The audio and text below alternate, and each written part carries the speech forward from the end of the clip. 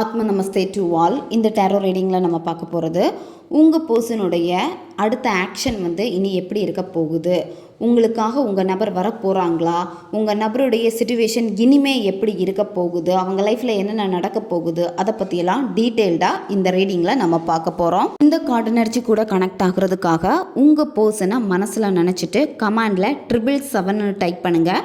இந்த card energy கூட connect ஆயிருவீங்க. நம்ம சேனலுக்கு நீங்கள் இதான் ஃபஸ்ட் டைம் வரீங்கன்னா மறக்காமல் சப்ஸ்கிரைப் பண்ணிக்கோங்க. பக்கத்தில் இருக்கக்கூடிய பெல் பட்டனையும் கிளிக் பண்ணிக்கோங்க.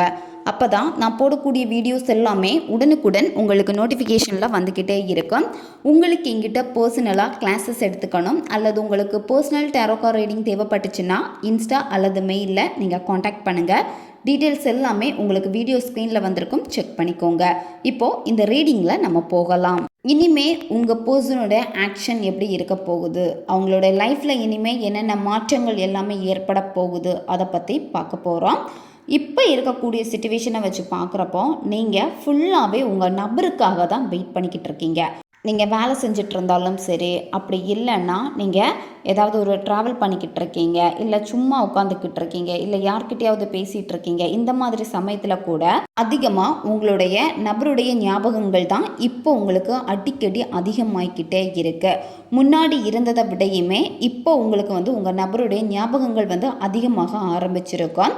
இப்போ நீங்கள் என்ன வேலை செஞ்சாலும் அந்த வேலையில் உங்களுக்கு கவனம் இல்லாமல் இருக்குது. அதாவது வேலை செய்கிறோமே அப்படின்னு சொல்லிட்டு ஏதோ போகுதே அப்படின்னு நீங்கள் பண்ணிகிட்டு இருக்கீங்க.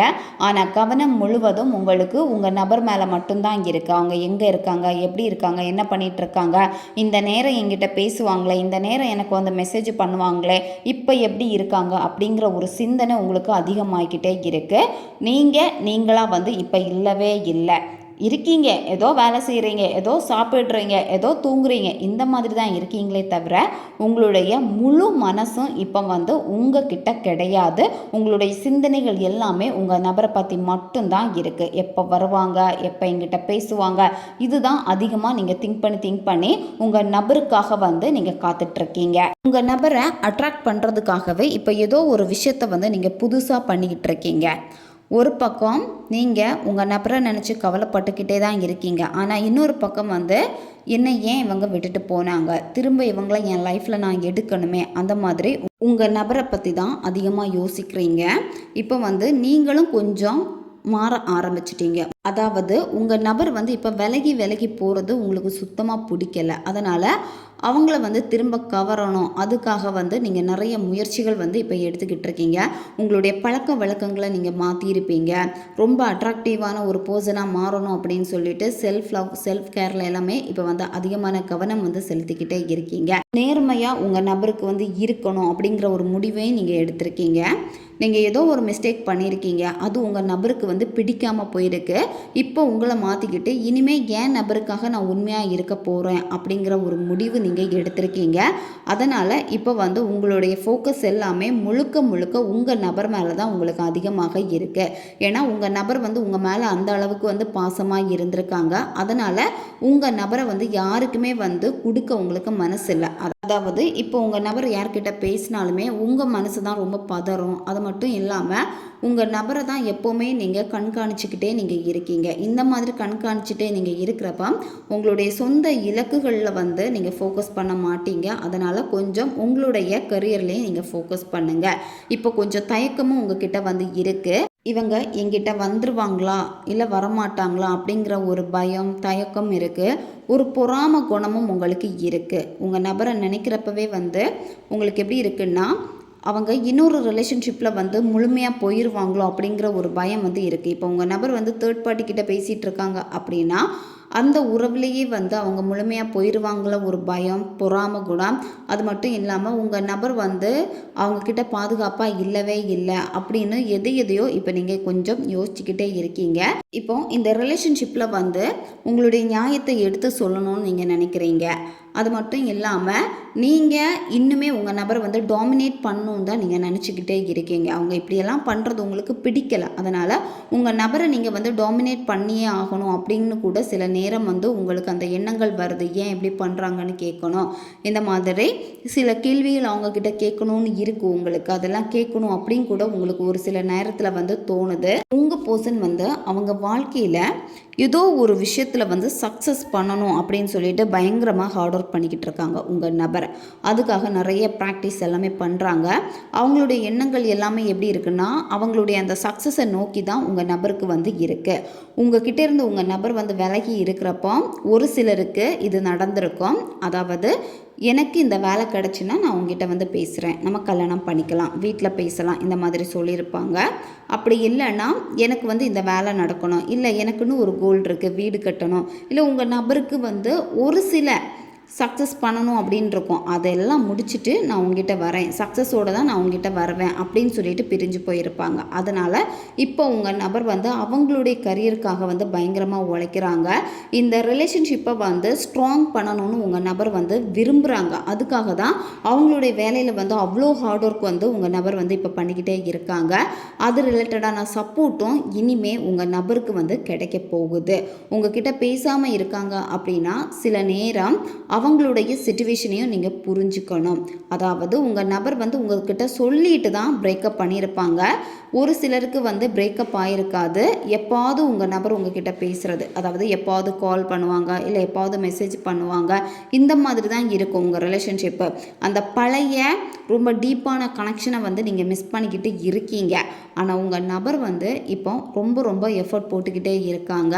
அவங்க என்ன நினச்சாங்களோ அந்த விஷயத்தில் வந்து சீக்கிரமாகவே சக்ஸஸ் பண்ண போகிறாங்க. சக்ஸஸோடு தான் உங்ககிட்ட வருவாங்க. உங்கள் நபர் வந்து உங்களை மாதிரி ஒரு குழப்பமான சூழ்நிலையில் வந்து இப்போ கிடையாது. ஏன்னா அவங்களுக்கு என்ன வேணும் அப்படிங்கிறத உங்கள் நபர் வந்து டிசைட் பண்ணிட்டாங்க. அதை டிசைட் பண்ணனால தான் வந்து இப்போ அவங்களால எல்லா விஷயத்தையும் வந்து மேனேஜ் பண்ணிக்க முடியுது.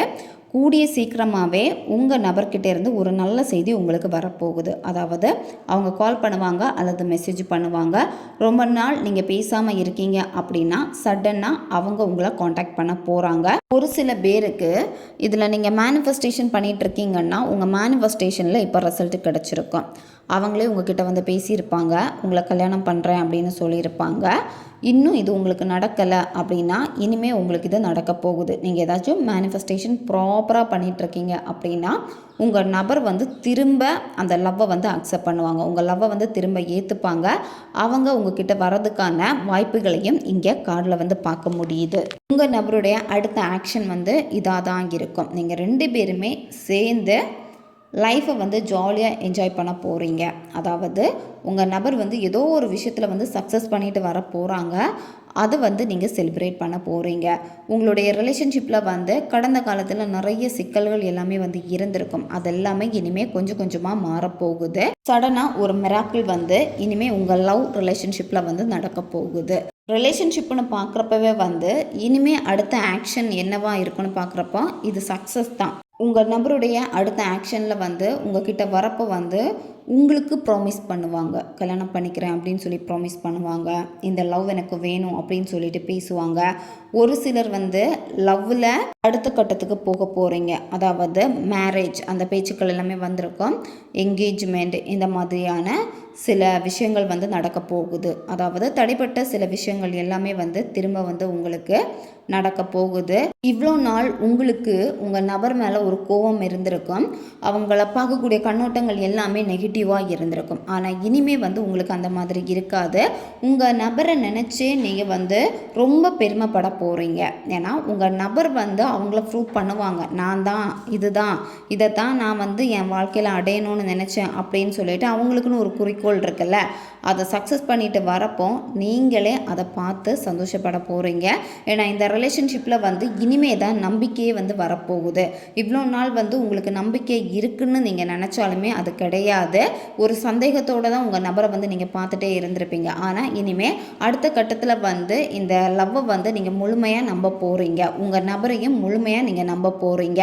இனிமே உங்கள் நபர் வந்து உங்களுக்கு ஆதரவாக வந்து பேச போகிறாங்க. இவ்வளோ நாளாக வந்து கண்டுக்காமல் இருந்திருப்பாங்க, வெறுப்பாக பேசியிருப்பாங்க, கடுமையாக நடந்திருப்பாங்க. இதெல்லாமே மாறி இனிமே உங்களுக்கு வந்து உங்கள் நபர் வந்து ஆதரவாக பேச போகிறாங்க.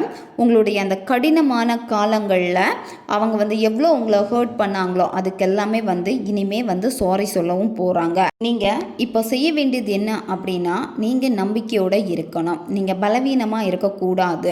பலவீனம்னா உடஞ்சி போய் திரும்ப திரும்ப எதையாவது யோசித்து உங்களை நீங்களே காயப்படுத்துகிற மாதிரி ஒரு பதட்டம், பயம் இந்த மாதிரி இருக்கக்கூடாது. நம்பிக்கையை மட்டும் நீங்கள் வச்சுருந்தாலே போதும். நம்பிக்கை இருக்கிறப்போ எல்லாமே நல்லபடியாக மாற ஆரம்பிக்கும். அடிக்கடி இனிமேல் உங்கள் நபர்கிட்ட நிறைய சேஞ்சஸை நீங்கள் பார்க்க போகிறீங்க. அதாவது இவ்வளோ நாள் வெறுத்த நபர் இனிமேல் அன்பாக நடந்துக்க போகிறாங்க. உங்களை புரிஞ்சுக்க போகிறாங்க. ஒரு சின்ன புரிதலாச்சும் உங்கள் நபர்கிட்ட இனிமேல் ஏற்பட போகுது. நீங்கள் கொஞ்சம் கவனமாக இருக்கணும். இனிமேல் உங்கள் நபருடைய நெக்ஸ்ட்டு ஆக்ஷன்னு பார்க்குறப்ப உங்கள் நபர் சில விஷயங்களில் உங்ககிட்ட பேசுகிறப்ப மறைமுகமாக சில விஷயங்கள் உங்ககிட்ட சொல்லுவாங்க. அதாவது உங்களை பற்றின சில விஷயங்கள் உங்கள் நபர் தெரிஞ்சு வச்சுருப்பாங்க. உங்களை பற்றி வேற யாரோ ஒருத்தங்க தப்பாக உங்கள் நபர்கிட்ட சொல்லியிருக்காங்க. உங்கள் நபர் உங்ககிட்ட பேசுவாங்க. பேசுகிறப்ப என்னத்தான் ரொம்ப அன்பு காட்டினாலும் சரி, ரொம்ப காமெடியாக பேசினாலும் சரி, நீங்கள் கொஞ்சம் உங்கள் நபர்கிட்ட கவனமாக இருக்கணும். ஏன்னா உங்கள் நபர் என்னத்தான் உங்ககிட்ட நல்லா நடந்துக்கிட்டாலுமே ஒரு சில நேரத்தில் பார்த்திங்கன்னா அவங்கள நெருங்க விட மாட்டாங்க. சரியா? அதாவது ஒரு லிமிட்டுக்குள்ளாடி தான் உங்ககிட்ட பேசுவாங்க. அதிலே நீங்கள் புரிஞ்சுக்கலாம் உங்கள் நபர் சேஞ்ச் ஆகிருக்காங்களா, இல்லை அந்த பழைய விஷயத்தை தான் நினச்சிட்டே இருக்காங்க அப்படின்னு. ஏன்னா உங்கள் நபருடைய நடவடிக்கைகளில் சின்ன மாற்றமும் இருக்கும். அதாவது இந்த தேவையில்லாத சில விஷயங்கள் யாரோ சொல்லப்போய் உங்கள் நபர் அதை நம்பி அந்த விஷயம் மனம் உறுத்திக்கிட்டே உங்கள் நபருக்கு இருக்க போகுது. அதனால் கொஞ்சம் உங்களை விலக்கி தான் வைப்பாங்க, பேசுவாங்க. ஆனால் பழைய அந்த நெருக்கத்தை உங்ககிட்ட காட்ட மாட்டாங்க. தவறான புரிதல்கள் கொஞ்சம் உங்கள் நபருக்கு உங்கள் மேலே இருக்கும். அவங்க நீங்கள் சொல்கிறத பெருசாக கேட்க மாட்டாங்க. அதாவது இப்போ நீங்கள் ஏதாவது சொல்கிறீங்க அப்படின்னா ஓகே அப்படின்னு சொல்லுவாங்களே தவிர அதை செயலில் காட்ட மாட்டாங்க. இதுக்கு எல்லாமே காரணம் பார்த்திங்கன்னா மற்றவங்க எதையோ உங்களை பற்றி தப்பாக சொல்கிறனால உங்கள் நபர் அதையே மைண்டில் ஏற்றி வச்சுருக்கிறனால தான் உங்கள் பேச்சுக்கள் எதுவுமே பெரிய அளவுக்கு உங்கள் நபர்கிட்ட எடுத்து சொன்னாலுமே அவங்க கேட்க தவறுறதுக்கு ரீசன். நீங்கள் 2 பேருமே பேசுகிறப்ப சில நேரம் சடனாக சண்டை வரும். அதாவது நீங்கள் எதையாவது பேச போய் அவங்க எதையாவது பேச போய் இந்த மாதிரி மாறி மாறி நீங்கள் பேசுவீங்க. பேசுகிறப்ப சில நேரம் பார்த்திங்கன்னா உங்களுடைய அந்த உரையாடல்லே பார்த்திங்கன்னா சண்டை வர மாதிரியே இருக்கும். கொஞ்சம் அது வேர்ட்ஸ் எல்லாமே வேறு வேறையாக மாறுற மாதிரி இருக்கும். இந்த நேரத்தில் நீங்கள் கொஞ்சம் அமைதியாக இருங்க. சரியா? ஏன்னா இந்த நேரத்தை நீங்கள் அவாய்ட் பண்ணி தான் ஆகணும். கொஞ்சம் சண்டையில் போகுது, வாக்குவாதம் வருது அப்படின்னா அந்த இடத்துல இருந்து நீங்கள் தள்ளி தான் நிற்கணும். நீங்களும் வாக்குவாதம் பண்ணுறீங்க அப்படின்னா அங்கே திரும்பவும் நோ கான்டாக்ட் ஆயிரும். சரியா? ஏன்னா அடுத்த ஆக்ஷன் பார்க்குறப்ப தேவையில்லாமல் சில வாக்குவாதங்கள் இந்த ரிலேஷன்ஷிப்பில், அதாவது நீங்கள் 2 பேரும் பேசுவீங்க, திரும்பவும் சண்டைகள், பழைய விஷயங்களை பற்றின ஏதாவது ஒரு விஷயம் பேசுவீங்க. அந்த இடத்துல கொஞ்சம் கடினமாக வாய்ப்புகள் இருக்குது. அதை கொஞ்சம் கவனிச்சுக்கோங்க. நீங்கள் கொஞ்ச நாளாகவே எல்லா விஷயமும் வெளிப்படணும், உண்மைகள் எல்லாமே தெரியணும் அப்படின்னு நினச்சிருப்பீங்க. அதே மாதிரி இந்த ரிலேஷன்ஷிப்பில் இருக்கக்கூடிய உண்மைகள் எல்லாமே இனிமேல் வெளிப்பட போகுது. சரியா? அதாவது யார் நல்லவங்க யார் கெட்டவங்க அப்படிங்கிறதையும் உங்கள் நபர் புரிஞ்சுக்க போகிறாங்க. நீங்கள் இனிமேல் இந்த ரிலேஷன்ஷிப்பை எப்படியாவது பாதுகாக்கணும் அப்படிங்கிறதுக்காக நீங்கள் போராட போகிறீங்க.